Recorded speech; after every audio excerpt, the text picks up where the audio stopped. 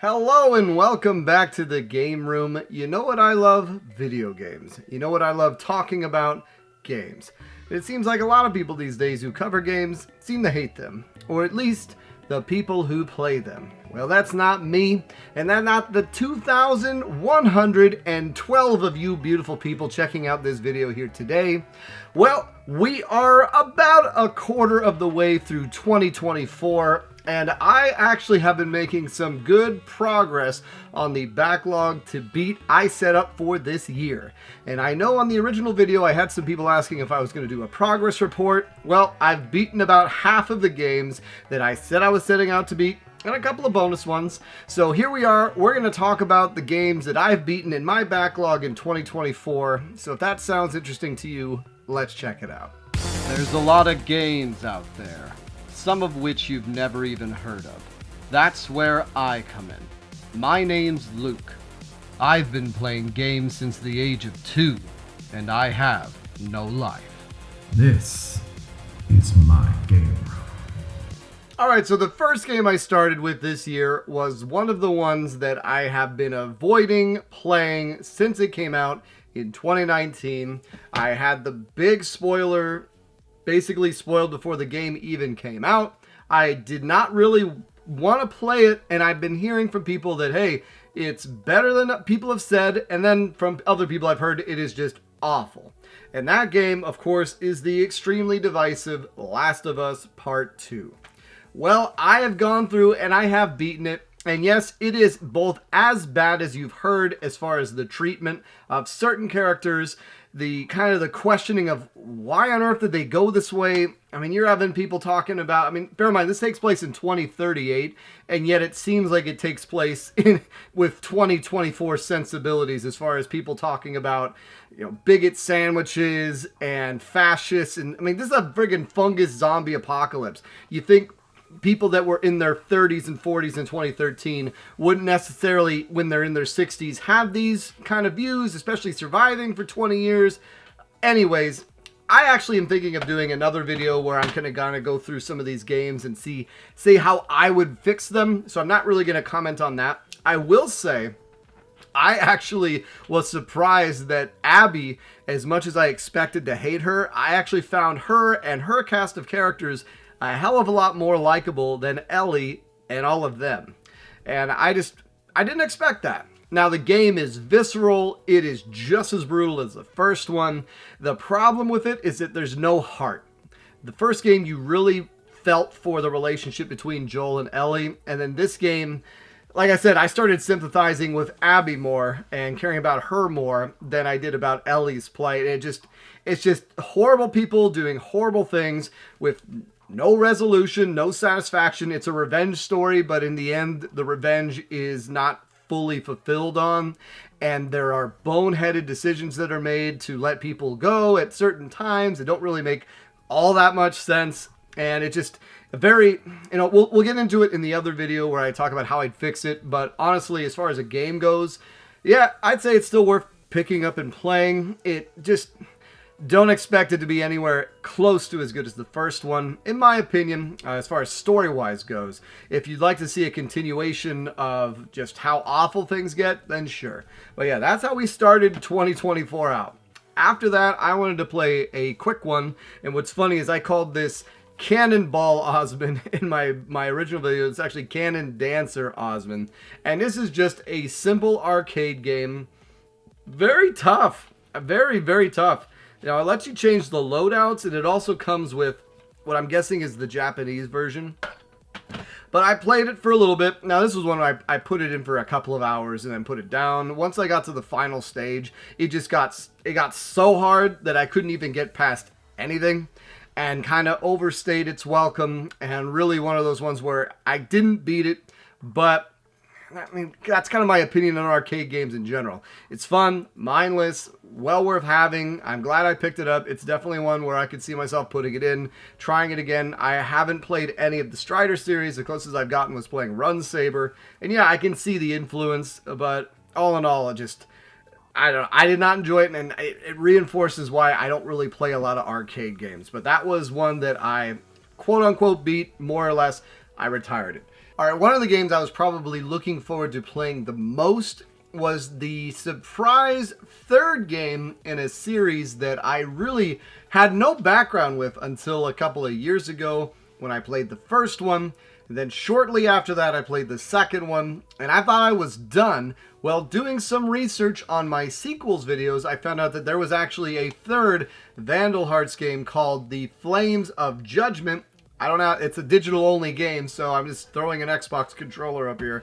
But I was very interested in checking this out. And you know what it is? It's kind of a snapshot Vandal Hearts game and is really good. It's actually really, really good. A lot better than I thought it would be. Now, the art style is janky and not great, but to be honest, I felt that way about the first game. But it captures the essence of Vandal Hearts, bar none.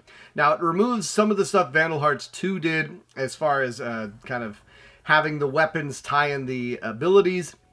But it also doesn't quite do everything the first one does. Now, it brings back the Fountain of Blood when people die. It brings back some of the cool level variants where, you know, you're hitting a rock and things of that nature. Though those kind of go by the wayside after a while, the environments acting up and having different things.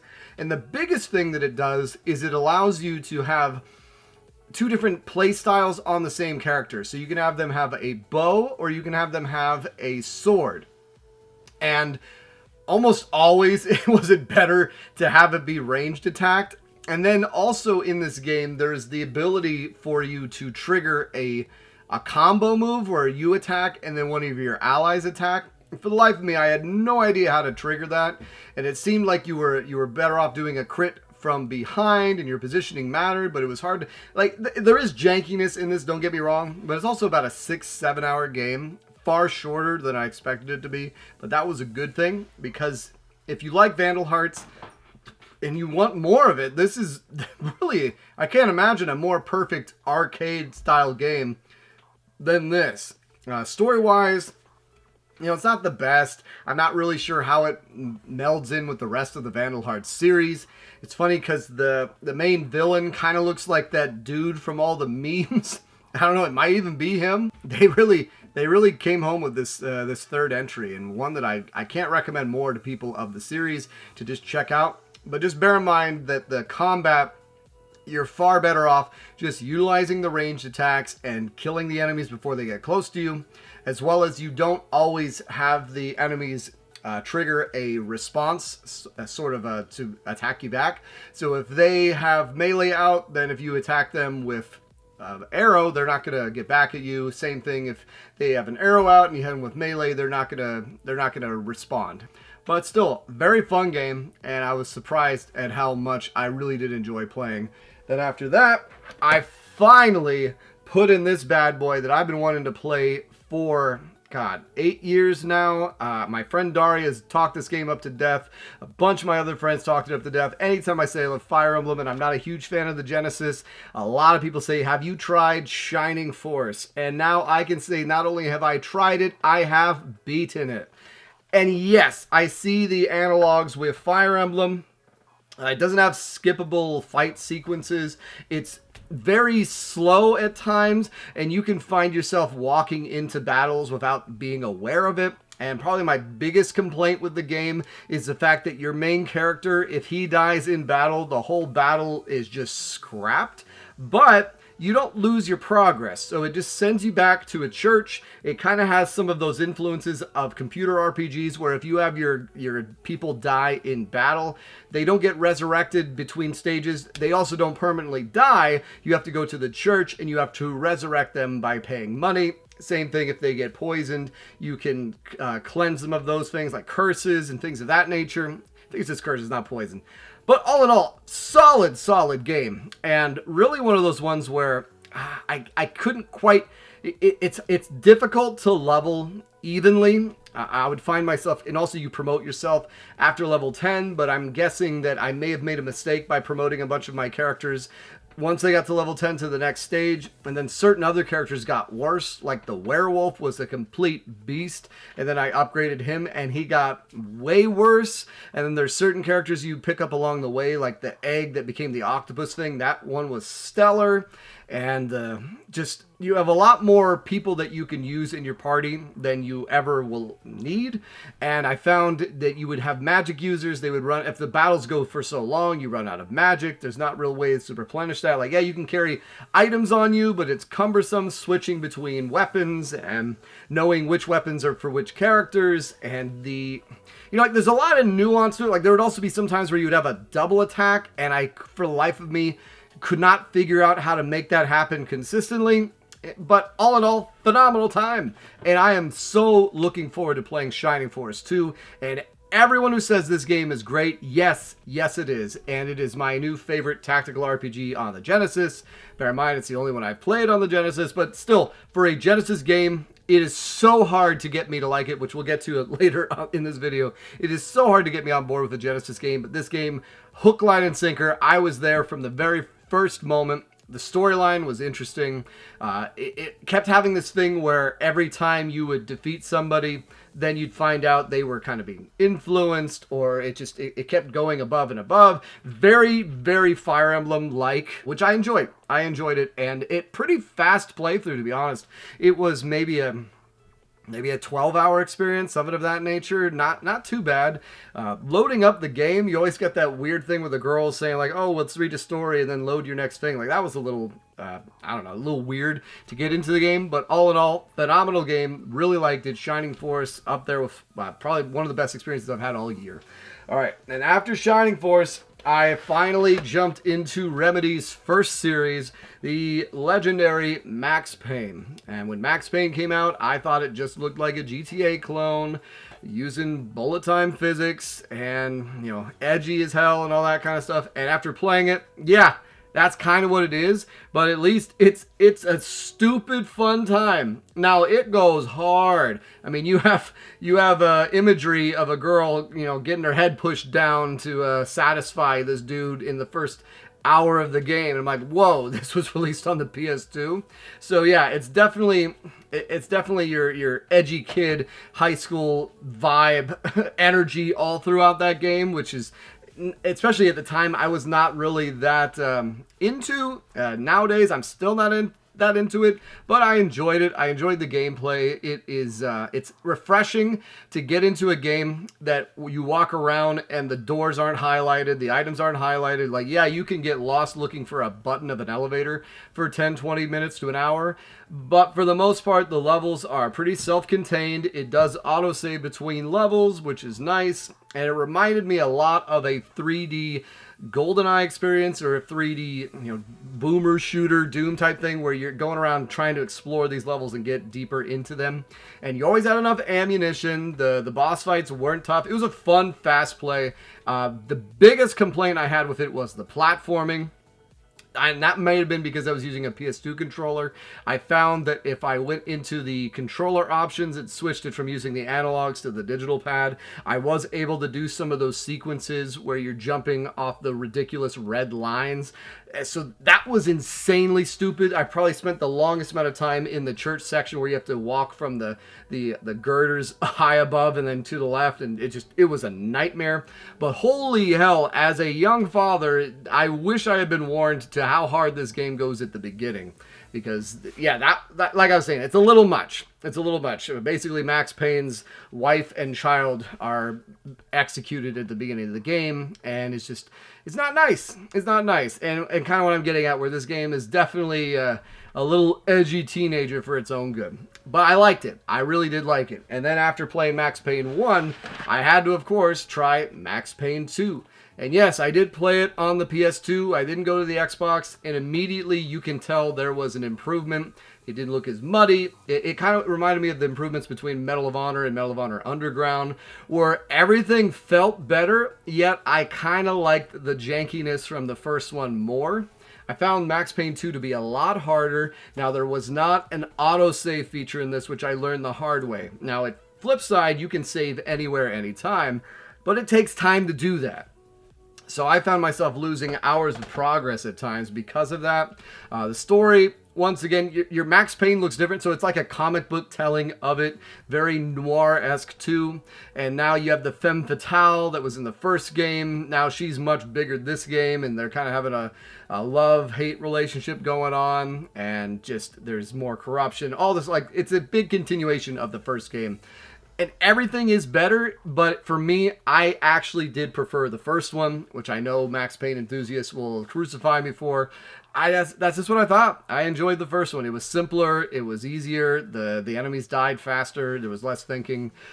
But still, it was fun. Both games were much better than I thought they would have been, and I was happy to play both of them. I was happy to experience that, and it scratched an itch of a type of game that really makes you rely on yourself going through it. Even the escort sections with the sniper rifle and the things of that nature, I didn't find all that problematic.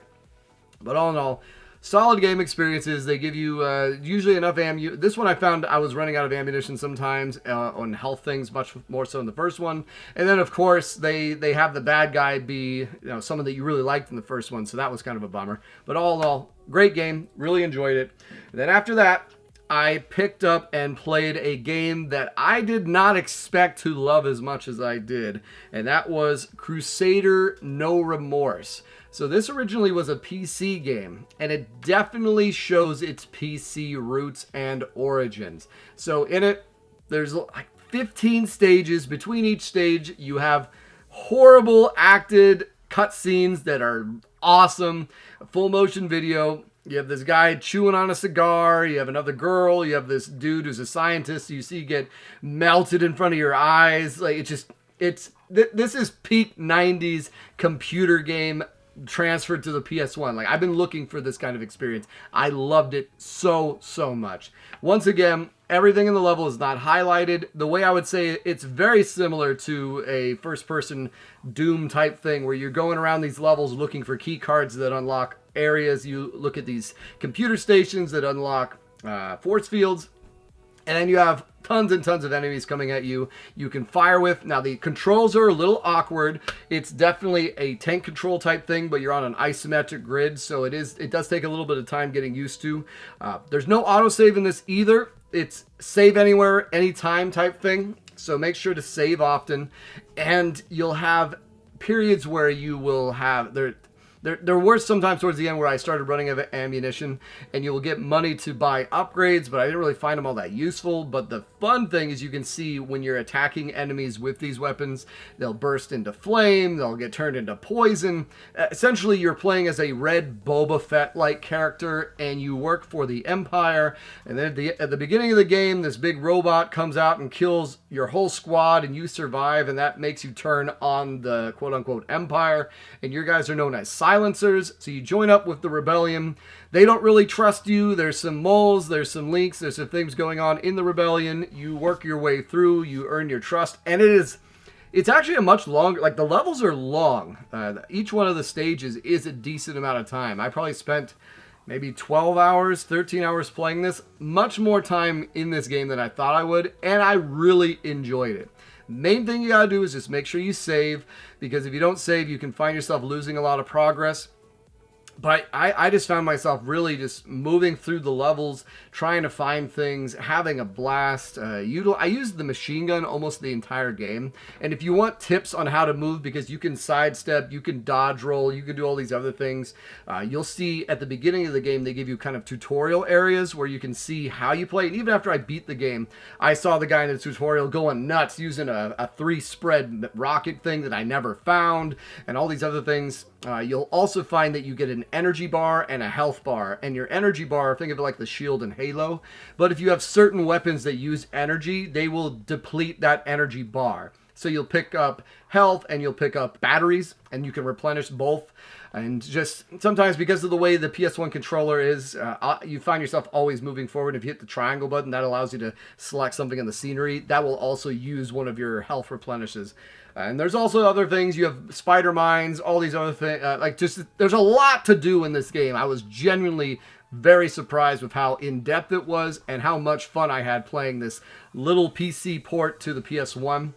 And there's a sequel. There's a sequel I was not aware of. Now, it is only on PC, but after playing the first game and loving it so much, that one is definitely on my radar, and I highly recommend picking this game up. It's also on the Saturn, of all things, but the PS1 copy is pretty damn cheap for a complete copy. It's about $30, and one of the best values I've found for an old game in quite some time. So, so far this year, Crusader No Remorse has head and shoulders been the best game of these backlog lots I've played.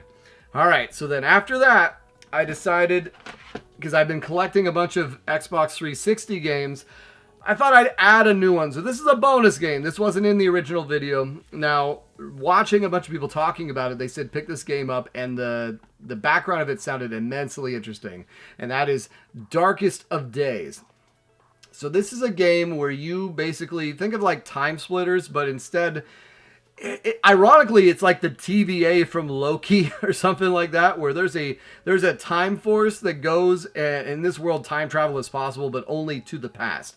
And this agency is responsible for protecting the past. So they recruit people that are about to die in, like, say, the Battle of Little Bighorn, or say the Hindenburg or the Titanic. Something, big tragedies happening, and for some reason, the person who they take from that was not supposed to be there. So instead, as far as history is concerned, they're just missing. So, for instance, your character was transferred from another unit at the Battle of Little Bighorn with Custer's Last Stand, but the paperwork didn't go through. So it showed that this guy was still at the other unit and then just went missing.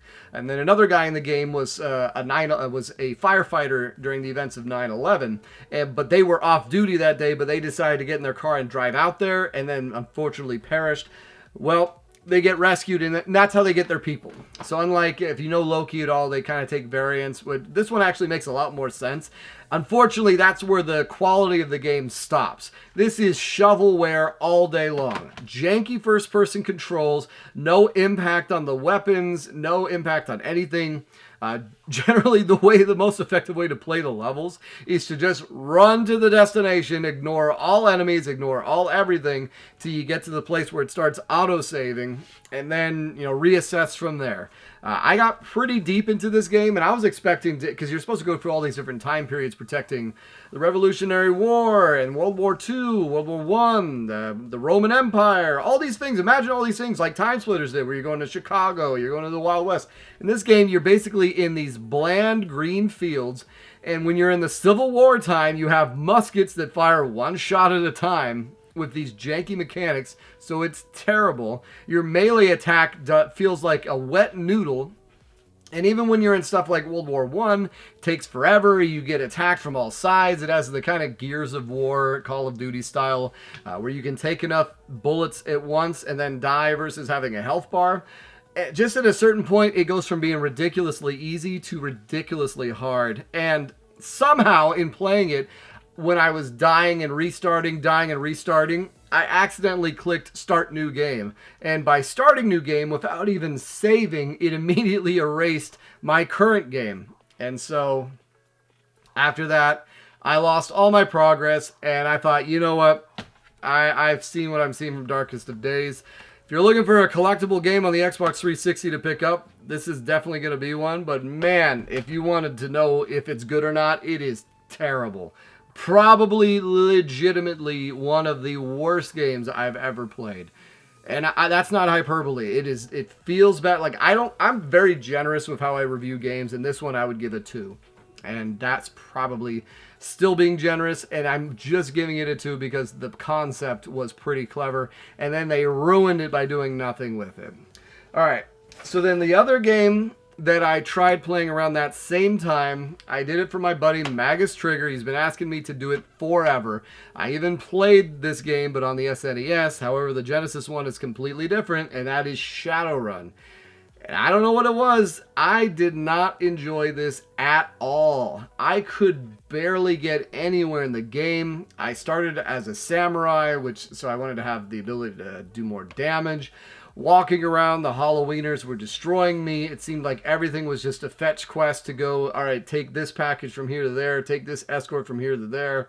I slowly uncovered some semblances of the story, but it just felt like money collection, the game, and then you get a new piece of item, and then it barely improves you, and then you have to keep up with your ammunition, and everything is so vague, and it just didn't make any sense. I kept going into these areas. They make you pay to get into a bar, and then nothing's there. They make you pay to get into it again. You can hire people, but then they just... It was so obtuse. I didn't feel like this in the SNES one at all. I don't know how. I just don't know how this happened. And yeah, I've heard people say it's great. The fact that I need to play this game with a guide, sure, I will try that later. But I just was fed up. I was really hating my experience. So for now, I have retired this. I'm not saying it's bad. I'm saying that I really was not in the right mood to play it, which is part of the reason why I haven't picked it up and played it, is I just have not wanted to, and forcing myself to play it was not a good experience, and it made me never want to play it again. So at this point, the only thing I can think of is I'm gonna have to play it with some sort of guide. And Magus, to his credit, tried to talk me through it, tried to give me some tips, some of which did help in the short term. But just the fact that I don't feel like I could do any damage. I'm constantly getting hurt. How do you do the damn ghoul ones? Like, am I supposed to go and hire? Like, it feels like one of those games where the hell do I go? What the hell do I do? But then it requires money. And then once you have the money, and then there's all these other things like with the cyber hacking. And I don't know. Maybe if I had the manual, because I found out this isn't a complete copy. I'm missing the manual. But yeah, not a good experience. Did not enjoy it. So I retired that game. Didn't beat it. We will try it again as time permits at some later date. But yeah, I'm sorry, man. I tried. All right. And then the last game on my backlog that I wanted to play for some stupid reason was the very also divisive Forspoken on the PS5.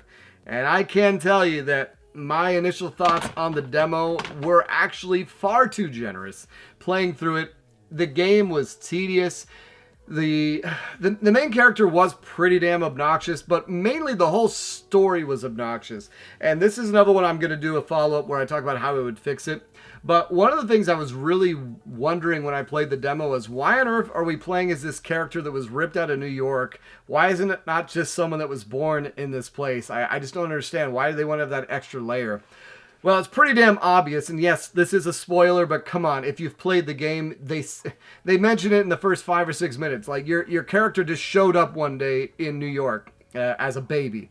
Oh, okay, that's why. So she's clearly from this alternate universe, which, yes, she is. That explains it. So it's funny. Some of the things and then my other problem was the stupid cuff. The way they're interacting is constantly obnoxious and talking, and I don't need my characters always narrating all their actions like they're doing in all these modern games. But there's a reason for that too, so I can't throw that out. But with this game, it's funny because it uses some semblance of Final Fantasy 16's as far as having schools of magic. But this one, they piecemeal out your various different types of magic far throughout the game, and there's so much side content and bloat and filler if you're interested, like these labyrinths or collecting items or doing side quests. I did none of them. I steamrolled straight to the end, and you know what was funny? Is I got around the part where you got 3 of the 4 schools of magic, and I finally started having a really fun time with the combat. And you know what they did? Immediately they take away all your power. And then they give you about an hour and a half of exposition info dump while you get your powers back, and then you fight the final boss. And it is just one of the most jarring, insane... Like, let me tell you, this is a world where basically the alternate universe is a matriarchy of these 4 powerful mages called the Tantas, who have somehow been corrupted and destroyed the world with something called the Breaking. And then your character comes in and is immune to the Breaking. And so everyone in this world is like, wow, you're the chosen one, the key to everything. You need to fix this. And you have a connection to these Tantas. But then as you're going through and you're uncovering it, I think you can guess that, oh, wait a minute, these were just misunderstood, and oh, there's the true villain, and it's pretty predictable. It's pretty predictable, and even boring as far as how it goes, and just, man, I'm glad I beat it. I'm glad, it's pretty to look at, but whoa, was it, it was not a bad game. It's just a mediocre game with a lot of filler. And when it finally got fun, they removed the fun. And it's just, yeah, just kind of a... I feel bad for people losing their job, but I can see why the studio went under, because there was just a lot of problems with this game. All right, and then I got a bonus for you. I'm actually actively playing it right now, and this is amazing. I want to talk about it. This is another example of how to deal with the backlog, handle the front log, and I'm currently playing Unicorn Overlord, and wow. I've never played the Ogre Battle series. I play Tactics Ogre, but never Ogre Battle, March of the Black Queen. But I really, really am loving this game. There is a lot to learn, but they introduce it in such a fine way. What you do, and also Vandalware made it. So yes, the art style I actually do really like, even though it does get a little obnoxious at times. Not nearly as obnoxious as Dragon's Crown, but it's just this art style, the way they make the heroes look, at least the male characters, look like what I imagine the 16-bit sprites would look in a modern sense. You know, the female characters, they're definitely a little obnoxious at times, but hey, you know, that's their thing, so whatever. But gameplay-wise, phenomenal. Really cool, kind of melds a little bit of Dialfield Chronicles with some Fire Emblem sensibilities, and then throwing in the Ogre Battle-ness of the squad base, and even some Bahamut Lagoon in there, too. Phenomenal game. Really enjoying it. I'm about 10 hours in right now, and loving it. And just wanted to briefly mention this at the end of the video. If you are at all interested in old school RPGs and you've heard about, you know, Final Fantasy Tactics, Fire, all these things, give Unicorn Overlord, even though this is another stupid name. As far as Atlas games go, it's probably the first one I've tried that I've really, really enjoyed in quite some time. So yes, that's what you get for this week, guys. So that's how my backlog is going. After I beat Unicorn Overlord, I'm going to jump into the rest of the games. We still got some good ones. We got Kadelka, Resident Evil 2, Trag. We have Robotrek. So a lot of long games still. And then some Halloween-type games that I just wanted to kind of hold off on. But we'll get to them. And who knows? You know, I liked being this accountable to it. Also with the fact that 2024, in my opinion, doesn't have that many good releases. I mean, other than Unicorn Overlord, yeah, I'm sure I'll pick up Final Fantasy VII Rebirth. And I've been hearing good things about it, so that's been nice. But it just wasn't immediately something I needed to tackle. But yes, that's what you get for this week, guys. As a reminder, I release a new video every Tuesday. We have channel memberships now. I have a Patreon if you want to support the channel. Thank you guys so much. It's been so great having all the growth, all the new subs. Please let me know if you've played any of these games or if you have any suggestions. Or, yeah, once again, sorry about Shadowrun, man. We'll see. I'll give it a chance. I'll try it again. Just right now, I just was not enjoying it. And the more I forced myself to play it, the worse my experience got. But yes, that's what you get for this week. It's been so nice getting a hold of you guys. Take care.